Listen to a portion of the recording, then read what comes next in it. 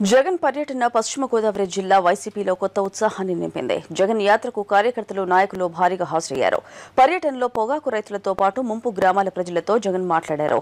రైతులు, నిర్వాసితులపై ఎక్కువ దృష్టి పెట్టిన జగన్ అవకాశం దొరికినప్పుడల్లా చంద్రబాబుపై తూటాలు పేలుస్తున్నారు.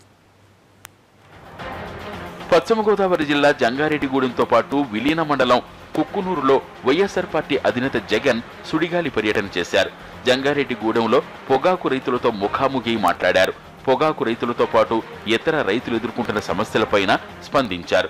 ఓవైపు రైతులతో మాట్లాడుతూనే అవకాశం దొరికినప్పుడల్లా చంద్రబాబుపై జగన్ తనదైన స్టైల్లో పంచులు విసిరారు.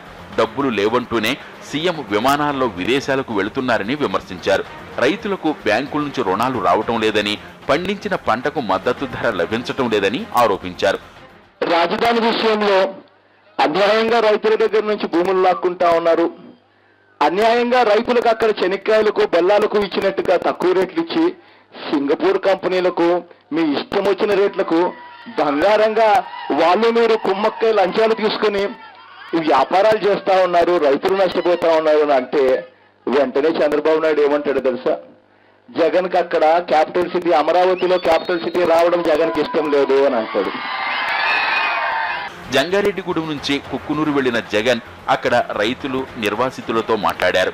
పట్టిసీమ ప్రాజెక్టు నిర్వాసితులకు ఎకరాకు 30 లక్షలు ఇస్తే చింతలపూడి కింద దానిలో సగం కూడా ఇవ్వడం లేదన్నారు. రైతులకు న్యాయం జరిగే వరకు వైఎస్ఆర్ కాంగ్రెస్ పార్టీ పోరాడుతుందని జగన్